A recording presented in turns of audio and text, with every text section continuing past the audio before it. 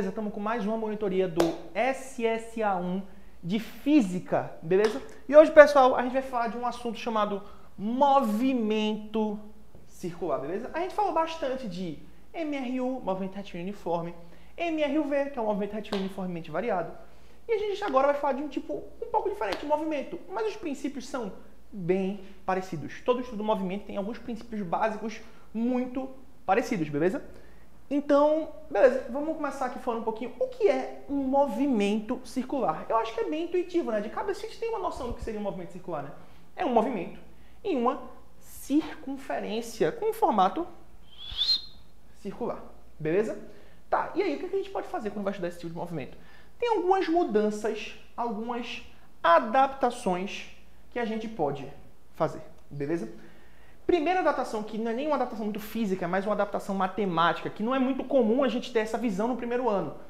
Mas, no movimento circular, de forma geral, a gente vai tender a tratar a circunferência de um jeito um pouco diferente, beleza? Existe uma unidade que a gente pode usar para medir a rotação de um círculo. O que a gente está mais acostumado a usar no dia a dia, que a gente mais usa comumente, é o que a gente usa unidade de graus, não é? Por exemplo, eu falo que um ângulo aqui, sei lá, aqui eu vou apagar isso aqui só para fazer a demonstração. Se eu falar que esse ângulo aqui tem 30 graus, beleza? Um ângulo de 30 graus. É a forma mais comum que a gente usa para representar no dia a dia durante todo o ensino médio. Mas, no movimento circular aqui, a gente vai querer usar uma unidade um pouco diferente, que você já usa em algumas formas, você só não sabe o que você está usando, que é a unidade de radiano. O que é a unidade de radiano? Radiano é uma forma de medir o giro, né, a angulação entre duas retas, um pouquinho diferente. Onde π radiano, π rad, vai ser igual a 180 graus. Como assim π rad é 180 graus? Rad é a unidade, radiano, e π vezes o rádio é igual a 180 graus. Mas por que π? Porque π é um número muito comum quando você estuda circunferências. E por ser um número muito prático, a gente definiu como π rad sendo 180 graus. Beleza? Pera, se π rad é 180 graus, então, por essa lógica, né? 2 vezes isso aqui, 2π rad, tem que ser igual a 360 graus, não é mesmo? Porque se π rad é 180, se eu multiplicar por 2, eu multiplico por 2. 360 graus. Ou seja, 2π radiano é uma volta. Beleza? Ou a gente pode simplificar com 2π é igual a 360 graus, ou igual a uma volta. Às vezes a gente não coloca o radiano, a gente não deixa o sinal tão explícito assim, mas 2π radiano é 360, 2π 360, 2π radiano é igual a 360 graus. Tá. E por que isso é tão importante? Porque no estudo do movimento circular, a gente tem 2 tipos de velocidades diferentes que a gente tem que estudar. Beleza? A gente tem a velocidade angular e a gente tem a velocidade linear, que são 2 coisas diferentes. Beleza? O que acontece? A velocidade angular seria, de uma forma informal, a gente poderia definir como seria a velocidade genérica de um círculo. Como assim? Se eu tenho uma trajetória circular, vamos supor essa aqui, beleza? Que eu ilustrei. Então, essa trajetória circular, certo? Vamos supor que eu traço um ponto aqui nessa circunferência, vamos supor que seja um ponto perto da borda da circunferência, um pontinho vermelho aqui, beleza? Vocês concordam que quando eu começar a girar esse círculo, esse disco, esse pontinho vai começar a girar junto com a borda do círculo, né? Ele vai girar, e girar, e girar, e girar, e girar, e vai continuar a girar. Ele vai dar um determinado número de voltas por cada tempo que passa. Ou ele vai dar uma volta a cada, sei lá, 10 segundos. Vamos supor que ele vai dar uma volta. Vamos supor que ele vai dar uma volta. Vou chamar aqui, uma volta em 10 segundos. Beleza? Certo, vamos supor que ele vai dar uma volta em 10 segundos. Beleza, uma volta em 10 segundos. E aí, o que eu posso fazer com isso? Eu sei que uma volta ele vai dar em 10 segundos. Essa uma volta em 10 segundos é o que a gente chama de período de um movimento circular. É o tempo que essa pontinha do círculo demora para completar uma volta, para sair daqui e chegar aqui de novo. E como é que a gente apresenta período? Período a gente apresenta por uma letrinha T. T vai ser igual a 10 segundos. Uma volta, o período, o tempo que ele vai para dar uma volta é 10 segundos. Beleza? Certo. Isso aqui é T. Você consegue ver que algumas equações que a gente está vendo aqui já tem o T, né? A gente vai falar um pouquinho sobre essas equações. Beleza? Certo. E se eu quiser fazer o processo contrário? Vamos supor que eu tenho, por exemplo, uma circunferência, um pontinho aqui, que ao invés de dar uma volta em 10 segundos, ela, ao invés disso, ela dá uma volta em 0,1 segundos. Uma volta em 0,1 segundos. Pensa comigo, ela vai dar uma volta em 0,1 segundos, certo? Beleza. Então o período não vai ser mais 10 segundos, né? O período vai ser de 0,1 segundos. O tempo que ela leva para dar uma volta vai se tornar 0,1 segundos. Mas por que eu fiz essa mudança? Porque agora a gente vai calcular, a gente também podia fazer isso usando o valor de 10 segundos, mas fica mais visualizável, eu acho, com esse valor assim, menor do que 1 segundo. Por quê? A gente tem uma grandeza que é inversa ao período. O que quer dizer que é inversa ao período? É como se eu dissesse que elas são inversamente proporcionais. Vocês já ouviram esse termo? Quer dizer que quando eu aumento uma, eu diminuo a outra. Beleza? Ou seja, o que acontece? Se o período aumentar, se o período, na verdade, diminuir, né? Porque o período estava em 10 segundos, foi para 0,1 segundo, a frequência vai aumentar. E como eu posso calcular o período, a frequência, através do período? Por essa relação aqui, ó. F vai ser igual a 1 sobre T. Da mesma forma que T é igual a 1 sobre R. Beleza? Então, se o meu período é de 0,1 segundos, eu posso falar que a minha frequência F vai ser igual a 1 dividido por 0,1. Isso vai dar F igual a 10. 10 o quê? Hertz. Essa é a unidade de frequência que a gente mede mais comumente. A gente mede em Hertz. O que quer dizer Hertz? Quer dizer que são 10 voltas por segundo. Beleza? Tudo isso aqui que a gente está falando, vocês perceberam que eu não falei o tamanho do círculo. Ou seja, esses todos são cálculos que valem para qualquer círculo. Não interessa o tamanho do círculo. O círculo pode ter um raio de 1 centímetro ou de 1 ano-luz. Não importa. Todos os círculos são válidos, essas relações aqui. Beleza? Tá, certo. Ok, compreendi. Descobri como eu calculo a frequência, como é que eu calculo o período. Tá. Mas como eu posso saber exatamente qual é essa velocidade angular, que é o número de voltas que ele vai conseguir dar? Esse velocidade angular a gente representa por ômega. Que eu botei aqui um W, porque é bem parecido o símbolo, mas representa por ômega. E como é que a gente pode calcular ômega? A gente não definiu que uma volta completa seria 2π radiano, 2π, que é uma volta completa, dividido por t, que é o período. Pera, t não é o tempo que ele vai para dar uma volta. E 2π não é o tamanho da circunferência de forma genérica, desconsiderando o raio dela? Calma, então é distância sobre o tempo. Isso lembra alguma fórmula para vocês?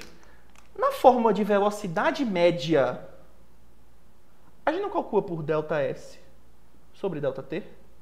Quando ele dá uma volta, qual é o ΔS dele? 2π, não é? Uma volta. E o ΔT é o tempo que ele leva, né? Qual o tempo que ele leva para dar uma volta? T, que é o período. Beleza? Então, a gente pode calcular como, de certa forma, a gente calcula a velocidade angular por ΔS, que é 2π radiano, sobre o período, que é o T, o ΔT. Beleza? Pronto, certo. E aí?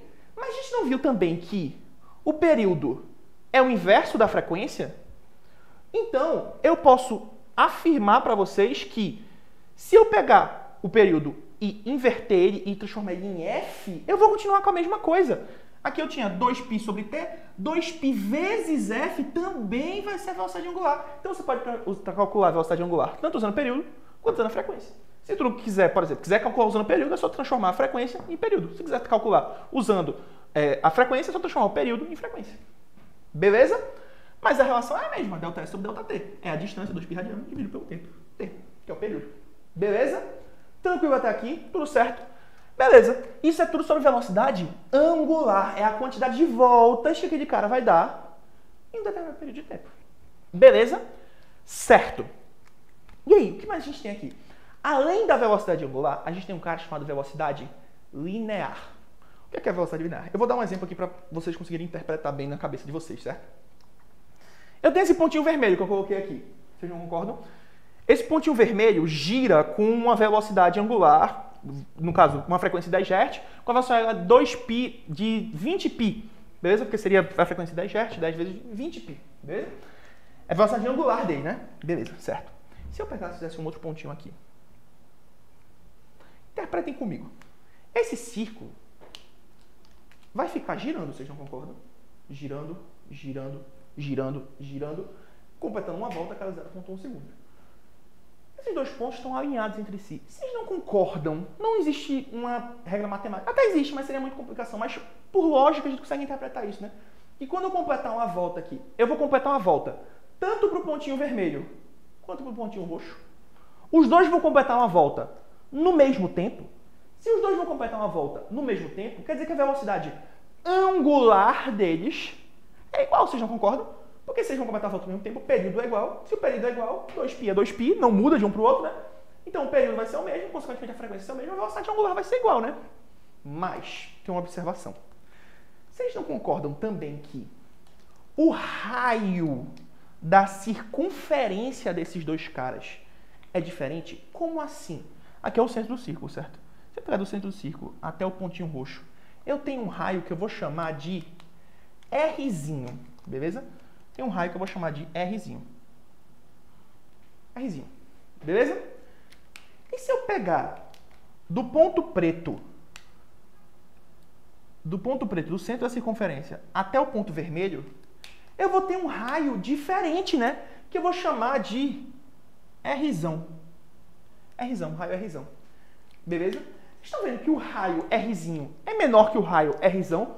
Por quê? Porque o pontinho roxo está mais próximo do centro da circunferência, vocês não concordam? Então esse raio aqui é menor. Ou seja, os dois completam o mesmo número de voltas por segundo, completam o mesmo número de voltas por segundo. Mas a circunferência, o caminho para pedir que um faz, é diferente do outro. A circunferência que o roxo vai fazer vai ser mais ou menos assim. Enquanto a circunferência que o vermelho vai fazer vai ser basicamente o círculo todo, né? Estão vendo que um círculo tem um perímetro muito maior que o do outro? O que é o perímetro? É essa volta aqui, não é? É o tamanho da circunferência. A circunferência desse aqui é muito maior que a circunferência desse aqui. Você não concorda? Ou seja, a distância de fato que eles vão percorrer, não a distância angular, a distância linear, a distância que eles vão percorrer vão ser diferentes. Porque a volta que esse cara vai completar é nesse perímetro aqui. E a volta que esse cara vai completar é nesse perímetro muito maior. Mas o período, o tempo que eles vão levar para fazer, vai ser exatamente igual, não é? Se o tempo vai ser o mesmo, mas a distância desse é maior que a desse, quer dizer que a velocidade linear desse cara é maior que a velocidade linear desse cara. A velocidade linear é o quanto ele percorre de fato, não é o número de voltas. É o quanto ele percorre quando completa uma volta. Beleza? Dividido pelo tempo que ele vai percorrer a volta, certo?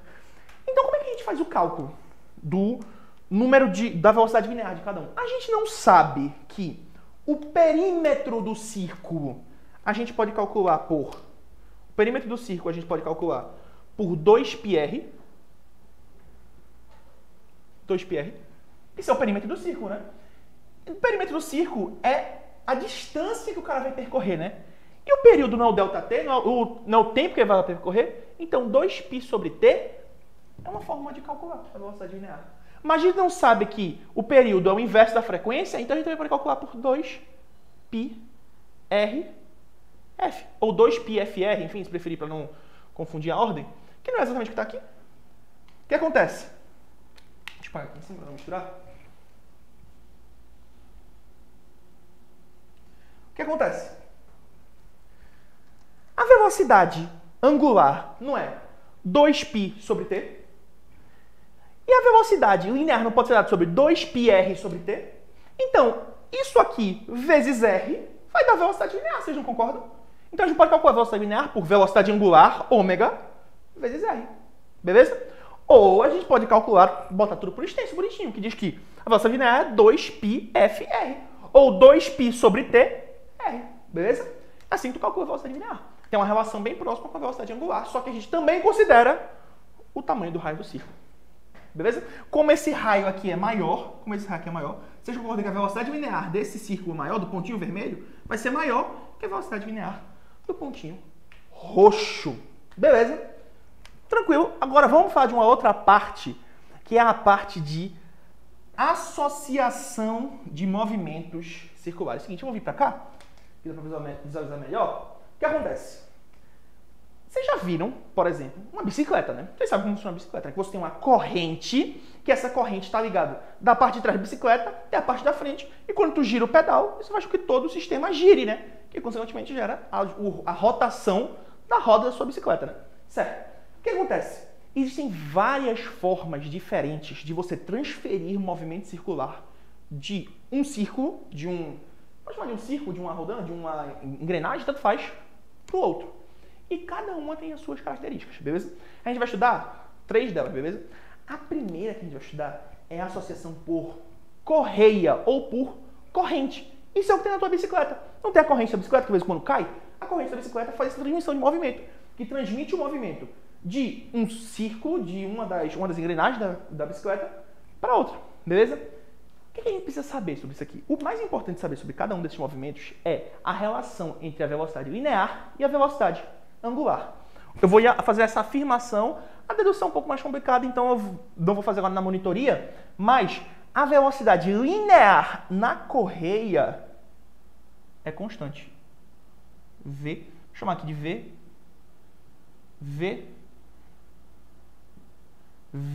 quer dizer que a velocidade linear desses dois caras aqui, apesar de eles terem tamanhos diferentes, é a mesma, beleza? Então, apesar dos raios deles serem diferentes, a velocidade linear deles é a mesma. Ou seja, os ômegas deles têm que ser diferentes, né? Pensa comigo, se a velocidade linear é igual, a velocidade linear é exatamente a mesma, quem é que vai completar mais voltas por segundo? O menor ou o maior? O menor, vocês não concordam? Por quê? Porque se eu fizer uma ponta aqui, ela vai ficar girando, por exemplo, sei lá, 2 metros a cada segundo. Supondo que seja velocidade linear, 2 metros a cada segundo. Mas 2 metros pode ser que seja uma volta completa nesse cara, enquanto nesse aqui vai ser só, sei lá, meia volta. Então, se ele tiver a mesma velocidade linear, a velocidade angular do menor vai ter que ser maior do que a velocidade angular do maior. Beleza? Certo. Tem outro tipo de associação que a gente pode estudar. A gente tem essa associação que é a associação por engrenagem. A associação por engrenagem, todo mundo já viu alguma imagem, alguma representação disso. É aquela associação que é assim, ó, você tem os dentes de 2 engrenagens fazendo assim, um com o outro. Eles vão passando, transmitindo o movimento de um para o outro. Neles a gente tem a mesma coisa aqui na associação por correia. A velocidade linear, deixa eu aqui ver linear aqui. Velocidade linear, vou chamar aqui de V, é igual, mas a velocidade angular é diferente. Mesma lógica da roda da bicicleta. A velocidade linear dos caras vai ser igual, mas a velocidade linear dos caras vai ser igual, mas a velocidade angular vai ser diferente. Beleza? Certo, tranquilo. E por último, a gente tem outra associação que a gente estuda, que é a associação por eixo, que é quando você tem, por exemplo, vários discos presos no mesmo bastão, em que esse bastão vai girar. E esses discos vão ter tamanhos diferentes. Por exemplo, isso aqui a gente vai ter o eixo, que vai ser esse bastão que os discos estão passando no meio, certo? Vai ter esse aqui no meio, e os discos vão ter discos de tamanho diferente. Nesse caso aqui, um roxo e um vermelho, não é? Quando eles começarem a girar, vocês não concordam que os dois vão girar junto com o bastão? Se eles vão girar junto com o bastão, quer dizer que eles vão dar o mesmo número de voltas por segundo, ou por minuto, né? Enfim. Então eles vão dar o mesmo número de voltas em um determinado período de tempo. Então eles têm a mesma velocidade angular. Mas, aí que tá. Vocês não concordam que o raio desses caras... Vou até ter outra cor, que tá em azul. Vocês não concordam que o raio desses caras... Vamos aqui de Rzinho. E esse aqui vai ser Rzão. São raios diferentes. O raio do vermelho é maior. Se o raio do vermelho é maior, o que é que acontece? A velocidade linear do vermelho é maior do que a velocidade linear do roxo, beleza? Então a gente tem a mesma velocidade angular, mas tem velocidades lineares diferentes. Beleza? Então, recapitulando. Associação por corrente, mesma velocidade linear, velocidades angulares diferentes. Associação por dentes, engrenagens, mesma velocidade linear, velocidades angulares diferentes.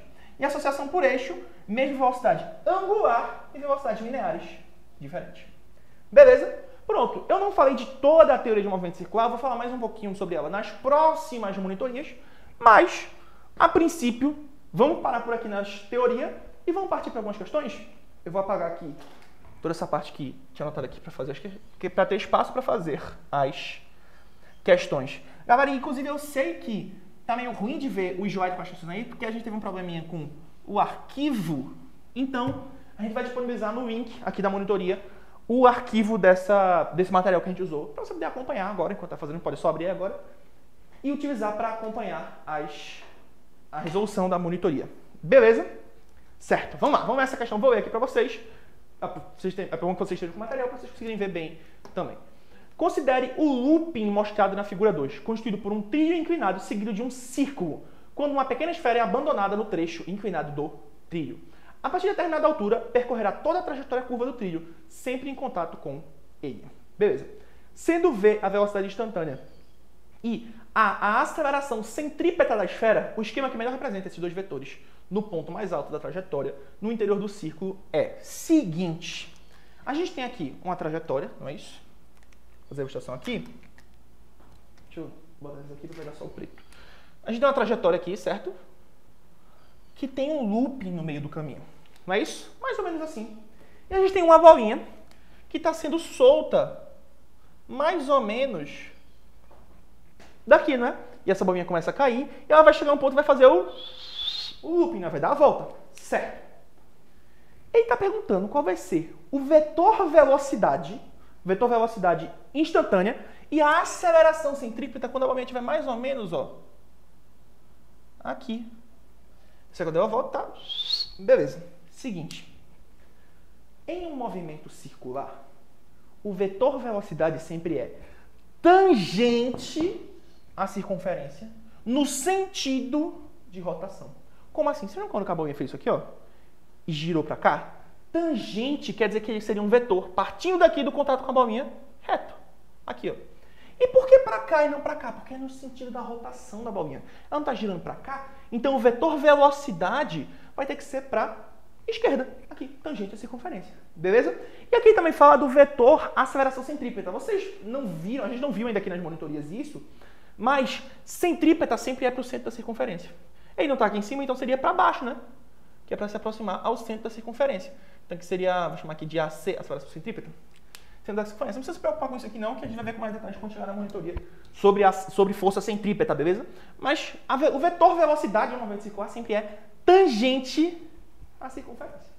Beleza? Por isso seria para cá e para a esquerda, porque é no sentido de rotação. Dando resposta, letra A. Então, resposta da primeira questão, letra A. Beleza? Certo? Vou apagar aqui e vamos partir para a próxima questão.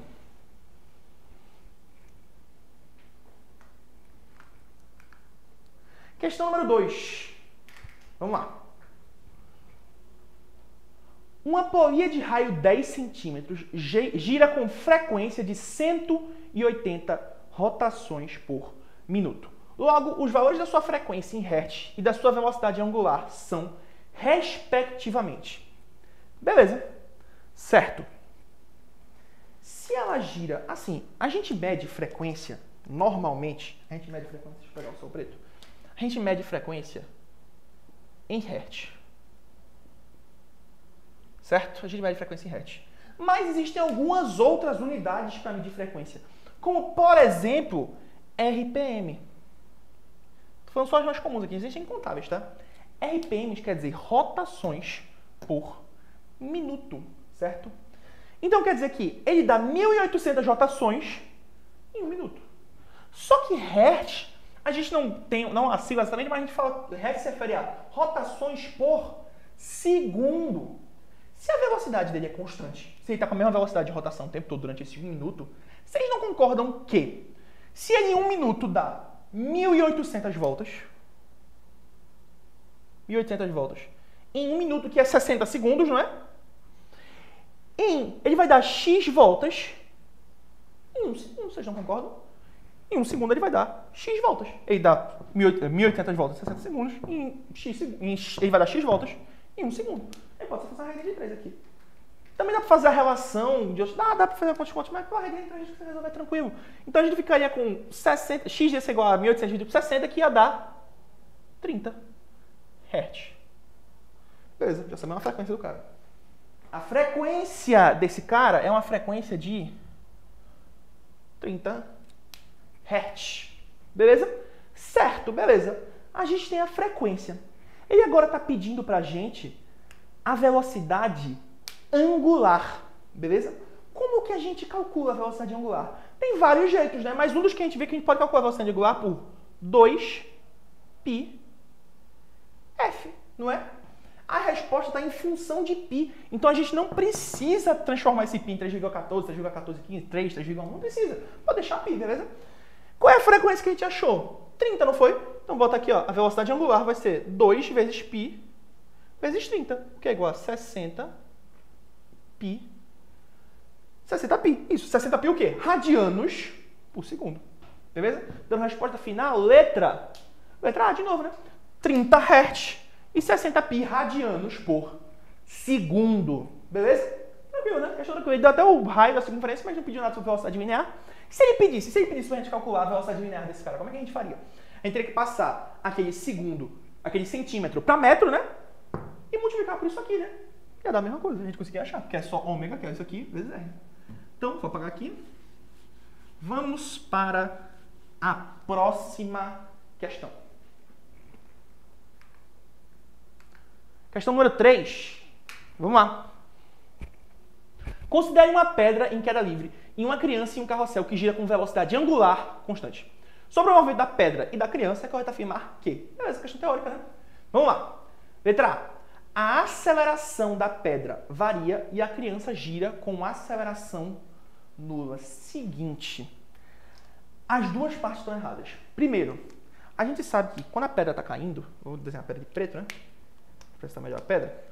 Quando a pedra está caindo, certo? Ela está sujeita à aceleração da gravidade. E quanto é a aceleração da gravidade? G, não é isso? Que é 10 metros por segundo ao quadrado. Aproximadamente, né? Na verdade 9,8, mas enfim. E ela está sujeita durante toda a queda, né? Até porque quando a gente vai estudar queda livre, a gente já viu já fez uma monitoria sobre queda livre, né? A gente trata isso aqui como um MRUV. Se é um MRUV, a aceleração é constante. Ele está dizendo que a aceleração da pedra varia, não varia. A velocidade da pedra varia. Agora a aceleração não varia não, é sempre G, que é 10 metros por segundo ao quadrado, aproximadamente. Beleza? E a criança tem uma aceleração?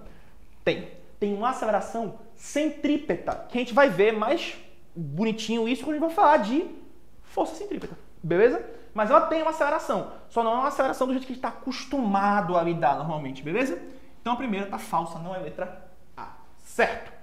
Letra B. A pedra cai com aceleração nula e a criança gira com aceleração constante. A pedra cai com aceleração nula?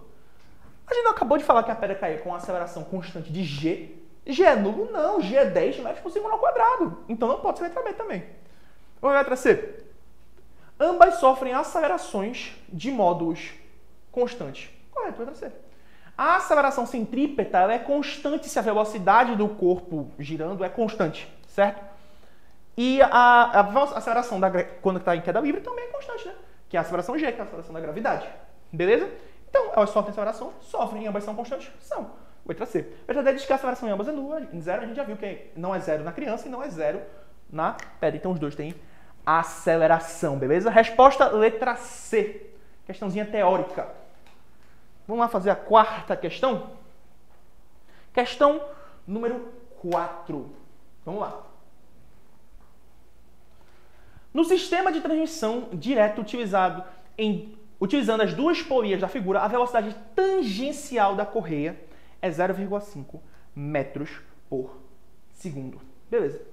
Sabendo que a polia maior tem 2,5 vezes o tamanho da menor, então a razão entre a frequência da polia maior e da menor F2 sobre F1 é seguinte. Se eles estão sobre correia, eles têm a mesma velocidade linear, vocês não concordam? Que é 0,5 metros por segundo. Beleza, a velocidade linear deles é igual, isso a gente sabe. E tem uma regrinha que é o seguinte. A gente podia fazer a dedução disso, mas é bem simples, então acho que vale a pena colocar. Que diz que, em uma associação por correia, beleza? A frequência de vamos chamar aqui de F1, vezes o raio desse círculo, vai ser igual a frequência do outro vezes o raio daquele outro. Beleza, certo. E aí, o que é que eu posso fazer com isso? Mas ele não disse que o raio da polia maior é 2,5 vezes o raio da polia menor? Então, eu posso reescrever isso aqui como 2,5 R1. Não é isso? Porque os dois são iguais, né? Então, 2,5 R1 é igual a R2. Certo? Tranquilo. Com isso, eu posso cortar, vocês não concordam? Posso cortar. Eu cortei R1 com R1. Vou apagar aqui e eu vou ficar com o quê? Eu vou nem apagar não, eu vou só colocar aqui. Como é que ficaria? Ficaria F1 ia ser igual a F2 vezes 2,5. Ou então, não vou nem colocar assim, vou colocar de jeito mais simples, do jeito que a gente está mais acostumado, né? F1 é igual a 2,5 F2. Beleza. Foi o seguinte, vou passar o F2 para o outro lado, ficaria com o quê? F1 sobre F2 é igual a 2,5. Isso é a resposta? Não, porque ele não está pedindo F1 sobre F2. Ele está pedindo F2 sobre F1. Então, o que é que eu tenho que fazer aqui? Se eu inverter desse lado, eu posso inverter desse lado. Então, aqui a gente não tem 2,5 sobre 1, só que a gente geralmente não coloca esse 1, porque não é prático. Então, eu posso afirmar aqui F2 sobre F1 vai ser igual a 1 sobre 2,5. O que vai dar 0,4. Que é a resposta na letra A. Quarta questão, letra A. 0,4. Beleza? Vamos para a última questãozinha? De movimento circular. Deixa eu passar aqui. Questão número 5. Uma engrenagem em uma moeda de cana de uma usina possui um raio igual a 1,5 metros. Se a engrenagem realiza 20 rotações por minuto, qual é a velocidade em metros por segundo de um ponto de periferia da engrenagem? Seguinte, ela gira, ela tem uma rotação de 20 RPM, certo? São de 20 RPM. A gente já converteu, né, de RPM para Hertz. Como é que eu posso transformar isso aqui em Hertz? Se eu tiver aqui, eu tiver 20, que é o número de rotações por minuto, durante 60 segundos, X durante 1 segundo. Não é isso? Fazendo essa conta aqui, eu vou ficar com X igual a 1 sobre 3 Hz. 0,333, 1 sobre 3 Hz. Beleza. Isso aqui é a frequência. Eu vou usar a frequência para fazer a conta? Eu posso, mas eu quero usar o período, porque eu acho que vai ser mais prático usando o período. Vai simplificar um pouquinho o processo do raciocínio que a gente vai ter que fazer. Como é que eu posso transformar essa frequência no período? Não é só eu inverter. Se a frequência é 1 sobre 3, o período vai ser 3 sobre 1, que é igual a T, que é igual a 3, né? 3 sobre 1 é igual a 3, vocês não concordam? Então, eu posso afirmar que o período é 3. Beleza. Agora, eu tenho o período, eu tenho o raio, tenho o que ele deu, né? O raio é 1,5. E o período é 3. Tendo o raio e tendo o período, as respostas, a maioria delas estão em função de π. Todas estão em função de π, na verdade. Eu posso encontrar o valor da velocidade linear? Posso, né? Porque a velocidade linear a gente encontra como? 2π vezes r, que é 1,5, e dividido pelo período. 3. 2 vezes 1,5. 3. 3 dividido por 3, 1. 1π. Então, V é igual a 1π, que é π, não é? 1π, que é π. Dando a resposta final, letra A, π. A velocidade linear desse cara é π. Beleza? Pronto, galera. Então, por hoje, era isso que a gente tinha para ver. Falando um pouquinho da teoria de movimento circular, fizemos algumas questões, umas práticas interessantes para a gente fazer por hoje. Mas por hoje era isso. Muito obrigado pela atenção de vocês. Continuem acompanhando as monitorias e até a próxima.